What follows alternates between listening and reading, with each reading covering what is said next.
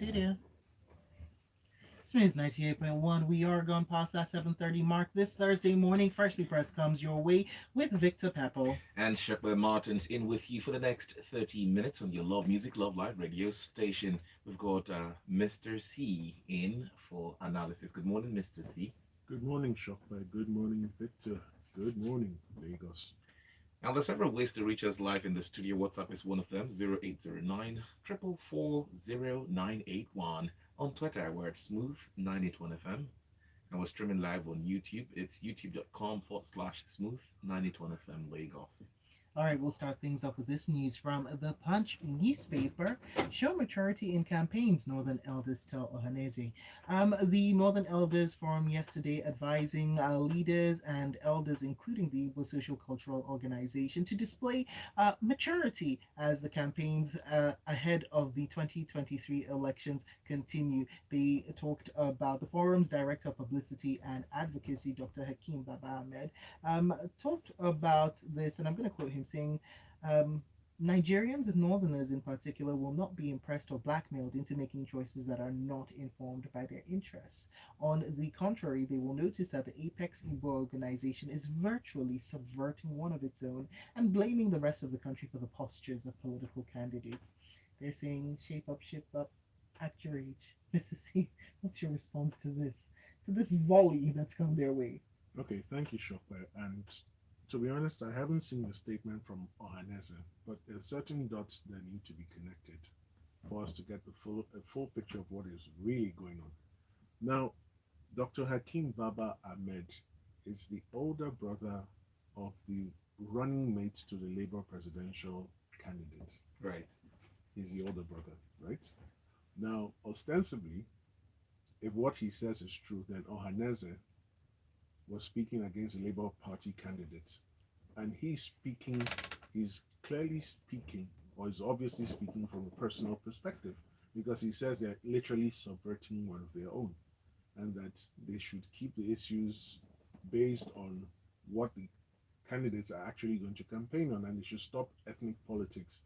Now, if that is the case, now who could Ohaneze be supporting if it's not Peter B? The only other real option is the PDP, whose vice presidential candidate is the current governor of Delta State. Certainly, he's not saying that Ohaneze is playing ethnic politics with the APC lineup, because the APC lineup is two Muslims, none of them is from the Southeast. Now, there is some merit in what he has said.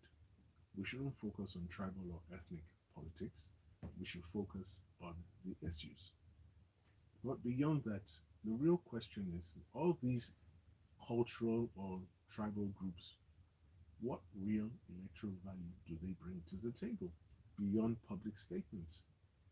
So even the Ohaneze Indigo, how relevant are they when it comes to elections? How many votes can they actually deliver if they tell you they've endorsed Mrs. A or Mrs. B? Does that endorsement translate to reality on election day? It's a very big question. But we're enjoying all the candidates to focus on the issues because the issues are plenty. We're not here dreaming that all the issues will be resolved within the next 4 years, but at least let's see how you're going to attempt resolving the issues. So we can literally liken Nigeria to an exam. There are two types of examinations. There's the exams where you're expected to answer all the questions because they believe you have the answers. Then there are exams where they tell you attempt 3 out of 5 because they know that you are there to sweat. Mm-hmm. So the candidates, there's a lot of work to be done, and you can't come and tell us usual promises you're going to do roads. Nobody's interested in that. There are real structural issues, and we want to hear your attempt to resolve those issues. And those attempts have to reflect sound planning, sound understanding, and firm commitment to implementing new solutions. Let's take it to this day now, where CBN recovered 3.7 trillion naira out of 9 trillion naira intervention funds, 5 trillion naira not due. Just take a peep into the story. The central bank yesterday clarified that out of the 9 trillion naira interventions it dispersed in the critical sectors of the economy, about 3.7 trillion had so far been repaid by beneficiaries, while about 5 trillion naira was not yet due for recovery. Okay, thank you, Victor. So this story is actually in two parts. So I'm going to start very quickly at the first part. Now, the CBN has intervened in various sectors of the economy to the tune of 9 trillion naira, which is quite commendable given the level of investment that was required. Now, of that sum, 3.7 trillion has been recovered. So the first question is, what's of the outstanding 5.3 billion? Now, the official position from the CBN is that that sum is not yet due for recovery. And in any event, they've set up a global standing instruction which allows them to get money from the accounts of any debtor, irrespective of the account that was used to receive the loan. Oh, ho, ho. Yes. And it works. Because what some people do is they borrow money with an account in bank A, right? Then they have accounts in bank C to F, and they purposely avoid the account of bank A. But with this, they recover the money. But moving on, beyond this first part of the story, the CBN caused the interest rate to be increased to 15.5%. Now, one of the outcomes of that increase was that a day after, the rate for treasury bills went up from about 8.5% to 12%, which is the highest it's been since 2019. However, even with that increase, there's still a negative value real interest rate of 8.52%. Now, why did the CBN increase the interest rate? They did that to reduce the amount of money in circulation because they feel and they believe that there's too much naira chasing the dollar, and that if they reduce the amount of naira available to chase the dollar, then inflation will reduce because inflation is at an all-time high of 20.52%. However, I disagree with the position, and I will explain why. The inflation in Nigeria today is not powered by demand push. The demand push is where there are a lot of people buying and prices go up. Here it's cost push, and it's primarily driven by energy costs. Now, what he has done, right, is not even going to achieve, I believe it will not achieve the desired goals. What needs to be done, because he's also hoping that by increasing the interest rates, there will be reduced capital outflow and increased capital inflow. But here's the challenge with increased capital inflow. Increased capital inflow comes in the form of foreign direct investment. Now, the foreign investors are not coming for the following reasons. One, there's illiquidity in the market. So the foreign investor comes in with his money, time to get it out, he can't get it out. Case in point, foreign airlines. Right. Now, two, there's even the devaluation risk. So you buy $300 or $1,000 in January at a certain amount, you roll it for a year. At the time you're rolling it back, you've lost money on the naira. Because if you change dollars to naira and you invest for a year, tops you're going to get somewhere between 10 and 12%. When you recover that money at the end of that 12-month period and you attempt to buy the same amount of dollars, you will find a problem. You cannot buy that. So we need to fix the fundamental issues. This is, for me, a knee-jerk reaction. Of course, they deny that they're not copying the responses of other central banks around the world. But our problem is unique, and increasing the interest rate when there's still a negative real interest rate I don't know what that's supposed to do. I But know I know that, there's global inflation. The countries around the world are suffering from inflation as well, including the UK. But how Nigeria's CBN is reacting, is this the step in the right direction? I don't think so. So some of these other countries actually produce or offer services which bring in foreign currency, right? The UK is a tourist destination. Education wise, They medical. provide financial services. What does Nigeria bring to the table? Hmm. Really and truly. I'm not participating in this exam. Toya from Agudu up on WhatsApp says, Mr. C, thank you very much. The question is, what value have these traditional groups added to anyone apart from political statements that mean absolutely nothing in the grand scheme of things? I think it's unfortunate that we, the people, and the media even give any of these groups airtime at all for relevance. They should all be completely ignored, in my opinion. And Dan is saying we should start ignoring these so-called socio-cultural organizations. They have no electoral value and are just there to produce their selfish interest. Barrister Dan from a good Igondo. Dami from actually this is Chum says Monsieur C really has a bit of Igbo blood as he properly sounded more Igbo in producing In in pronouncing, pronouncing Ohaneze Ndigo. uh, Okay. okay, Senator Tinubu is the national leader of the party in power. He should prove his solutions by influencing these governments to use his ideas in strengthening black market dollar rates to 400 naira and reduce price of diesel to 200 naira per liter before January 31st, 2023. Okay. And let's see who this is. Boyinka says, Mrs. C, please, what do you think the CBN should have done? I'd like to know. Hmm. Hmm. Interesting. All right. Well, let's take this look at this article from the Daily Post. Communities in oil-rich Niger Delta poorest in Nigeria. This is according to a new report by the Socio-Economic Rights and Accountability Project (SERAP). Shows that towns in the Niger Delta live in deplorable conditions. The findings do not corroborate the enormous wealth that's being derived from these locations, where the Nigerian government generates the majority of its revenue. So it seems like the more money they have, really, the more problems they have. Let's just see. Okay, thank you, Shokman. I agree that the communities in the all rich Niger Delta could have gotten a better deal. And I agree that their current deplorable situations are most regrettable. Now, the communities in the Niger Delta are traditionally fishing communities or farming communities, but more traditionally fishing. And in the process of exploring and producing crude oil, They've decimated the riverine areas. the so the rivers, the lakes, and the farms have been polluted by crude oil, right?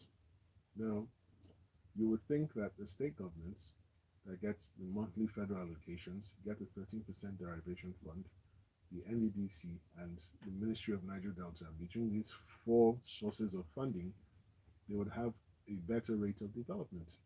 But sadly, that is not the case. And they don't help matters when oil companies, international and national, come there and they're demanding outrageous sums, even for the most basic of projects that are designed to improve their lives. Now, I don't agree that they're the poorest because I'm certain that if we go to other parts of the country, we will find communities even poorer than them. But it points to one thing: the failure of governance at all levels in the Niger Delta. There is really no excuse for the conditions they live in. And the people there have to do better. They have to hold their leaders more accountable. They have to demand more. In this age of the internet, in this age where information is freely accessible, you can't continue with the same old way. And I'd like to speak a little bit about what we've seen with the cases of, well, the alleged corruption and the ICPC embarking on investigations and prosecutions of the commission, where we're seeing large amounts, large sums that just seem to have vanished into thin air. So the NDDC director that was arraigned, I think 2 days ago, was arraigned for 45 million. The 3 billion naira incident came from some director in Abuja. But yes, the NDDC, I understand, has gotten about 3 trillion since inception.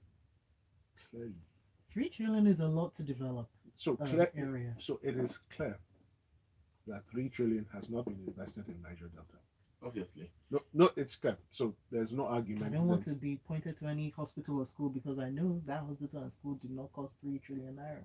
so it begs the question: when will we get the right people with the right mind disposition into offices? Now, I really hate to talk about the Niger Delta sometimes because, I mean, I'm from that region. You don't find that we appoint people from other regions to come sit at the board of NDDC, for instance, or as the Niger Delta minister, or in several, I mean, even as traditional rulers. We're not importing people to sit there. There are sons from the same Niger Delta region who have held key positions there. And in the last, what, 23 years, since 1999, no proper development in the oil rich region. And if you want to talk about Nigeria, our mainstay is oil. Where does the oil come from? From the Niger Delta region. But you go there, the classrooms are in very abysmal, dilapidated states.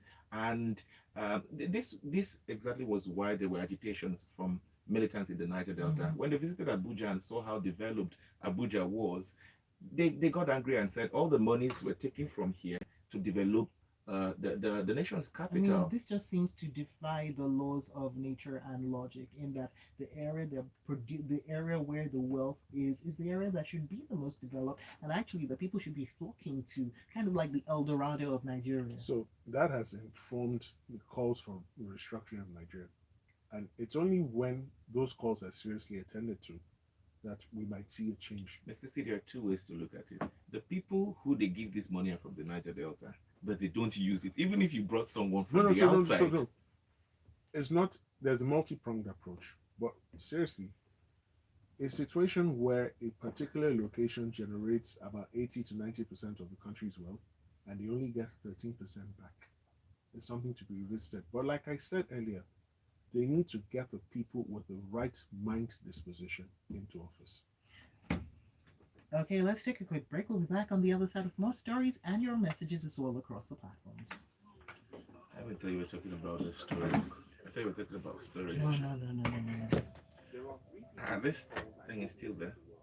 Yeah, it's been like, I think it's made its permanent home there. What's that? It's on the system. Okay, they say YouTube, they can't hear me. So, okay. Is my voice that low? Yes, your voice is quite low. We amp it up. Alright. We used to be able to connect this to that, but that level right there, but then they kept complaining that it wasn't something, why did you do this? No problem. So, stories 4 and 8 are connected in the sense that soldiers were attacked by unknown Look at gunmen. security and then Okay, we'll so you just did touch on one it. race together. Where we're Should we take messages. Okay. Messages. Some of the messages. Welcome back. You're listening to Freshly Pressed on Smooth 98.1, your love music, love live radio station. We did tell you that you could send messages to us on WhatsApp 0809 444 981. And we do have quite a number of messages we'd like to take. All right, we'll take this one from Kazim, who says, Mr. C hits all the nails in the head with his analysis of the impact of the increase in NPR. He deserves a very chilled bottle this morning. The increase in NPR is counterproductive and won't bring down inflation, but instead will exacerbate it. We don't have demand pull and increased aggregate demand. What we have is cost push inflation, FCY, foreign currency illiquidity, insecurity, and the fear of devaluation is real. Rational investors will not put in capital letters, come into the country under those conditions. All right. Admittedly, the local leaders in the Niger Delta have failed to represent their people properly. However, what difference is evident in terms of development from the rest of the country who have the remaining 87%? Obviously, something is seriously wrong with the structure of the nation that inhibits the citizens all over from holding the political leaders to account. Ebi Bozimo is the one who sends that message to us. We'll take this one from Shay from Shomalu up on YouTube, who says no one should be swayed to vote by religion or tribe, but the truth is, sometimes it affects people. That's what I'm going to read, Shay. Biola Lanio, we've seen your message, and thank you very much for all the messages that you're sending in via YouTube. Now, Shego on WhatsApp is saying the Niger Delta elders and leaders are Niger Delta's biggest problems. My point exactly. What have they done with the 13%? Almost nothing. And they keep getting, in fact, community funding, Mr. C, is not even part of the federal government allocation. As long as they're a host community, you pay them yearly. True. I go ahead. Should you? No, go ahead. Okay. So this message comes in from Tayo. Tayo, who says, I thought the Petroleum Industry Act was to cure these lapses, and the gentleman that fainted under questioning before the National Assembly Committee hearing, or Akpabio being politely asked to off his mic, all work, no results because of greed. And Davis says when the leaders of the Niger Delta states collect the money from the 13%, they use the money for other purpose and don't use the money to develop the specific oil region. All right, let's get back to the stories now. Now let's look security, where the Nation newspaper reports that Boko Haram attacked soldiers escorting traders and travelers. This happened along the Dambwa Maiduguri highway. However, there's another report that gunmen kill 5 soldiers, one other in Anambra. That's in from the Vanguard newspaper, Mr. C. In terms of security, the government of the day keeps telling us how significant improvement have been made, and I want to agree. But every now and again, we keep hearing, stories about Boko Haram springing up in the national dailies. Okay, thank you, Victor. So first of all, there have been actual improvements in security. The problem is this government is seemingly incompetent in publicizing these successes. And I've had to go to great lengths to confirm these successes. Now, it is true to some extent that Boko Haram and ISWAP have been reduced to sporadic attacks.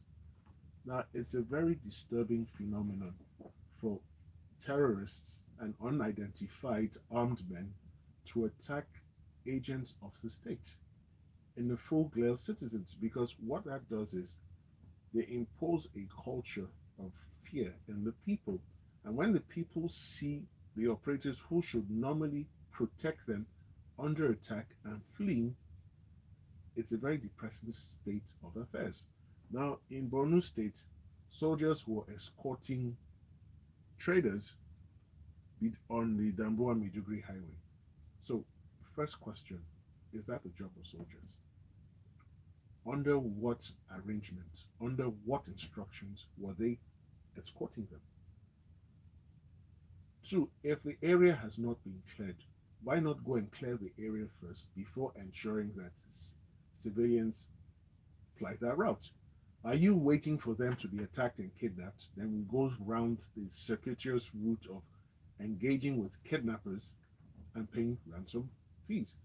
In Anambra State, I understand they hid in the corner, waited for the vehicle conveying the soldiers, and opened fire on them. Back to Borno, a previous group of 6 security operators who had been kidnapped escaped. So it is crystal clear that even though some appreciable success has been recorded, we still do not have this under control. And it appears very strongly that the military is still being held on a leash. You need to release the military to face these guys. Okay, let's even look at our next story.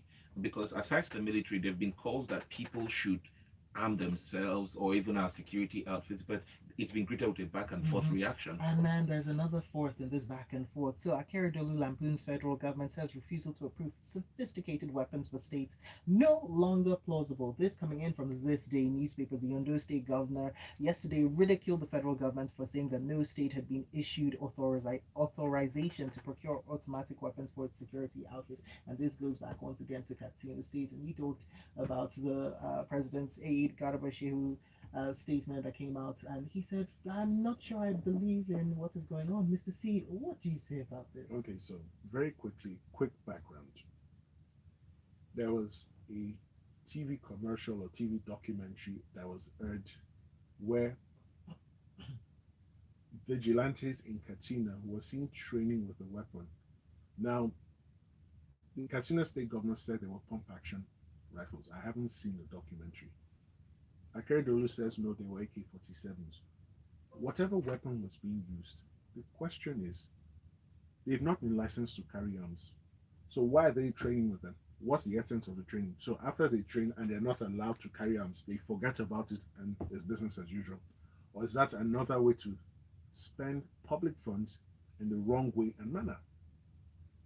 Now, I blame Governor Akeredolu for the love of everything good. Why are you engaging in words with a spokesperson when you can meet his boss? I wouldn't do that if I was a governor. I would ignore him and go and see the president. Now, it brings to the fore two salient issues that have refused to go away. One, the issue of state police. It is clear that the Nigeria police force, as presently constituted, does not have the manpower, the equipment, or even the ability to secure Nigeria internally. It is crystal clear even to the blind. Two, we cannot run away from this. At some point, Nigerians will have to carry arms. If the state operatives who are licensed, who are authorized to do this, cannot do it, we will get to a point people will resort to self-help. Why are Nigerians resistant to the idea of people carrying arms? They claim that things will get out of control. Excuse me. If armed men come to your house and want to kill you and your loved ones, would you not want a fighting chance? You would, but most people aren't thinking about armed men coming to their house and trying to attack them. What they're thinking about is just the average person on the street who is tired, frustrated, fed up with the state of affairs in the nation, who has a short fuse and a hot temper, who, in a moment of anger, in a fit of anger, you have seen the amount of fights that break out on the streets over who knows what. Now imagine if there was weaponry added to that. If gunfare now became a part of that, what do you think the casualty rates would be? Don't you think they would skyrocket? That's what the person who, well, Much more than let the me not put words insecurity in their that we're mouth, even but trying that to would deal be a with. factor in what people are thinking about when they say no to people having So the right to bear arms. I will say it depends. And I'll say this seriously because even without arms being licensed now, there are individuals walking around with arms unlicensed. That's one. But they don't Yes, use they it, are. indiscriminately. You wouldn't know that, Victor. But more importantly, there are people who fight. Like the people you say fight, they're fighting. They're not carrying weapons. And guess what? Some people have died from seemingly ordinary fights. Now, what is required is this. Mr. C, sorry to interrupt. Just let me put this in there. Okay. Some people have died from seemingly ordinary fights. However, it takes a lot more effort to kill a person with your fist or with a knife. No, to kill more people with a fist or with a knife than it does with a gun. No, Chopper, Do again, you agree or do you disagree? again, it Mhm. depends. So, I'll tell you why. I know the points to hit on a body to drop the person immediately. I don't need to throw two punches. Oh, wow, what have you been running, Mr. C? But many people do not know that.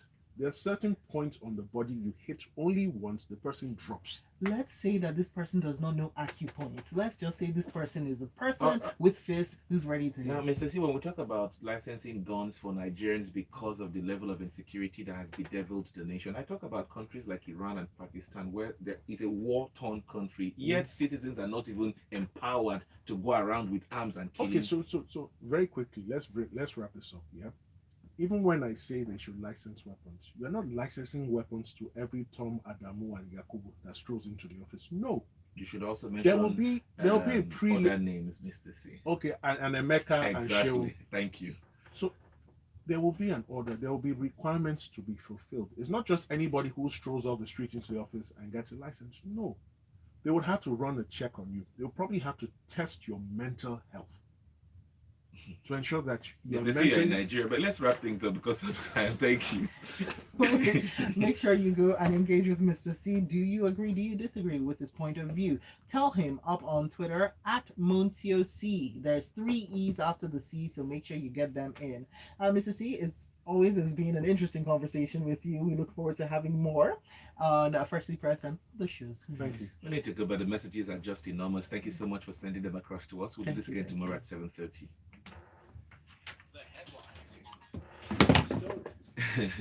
I disagree with All Mr. right, C. YouTube. Thank you so The much. messages are not. I disagree with you. That's fine. So at least now you have your Lagos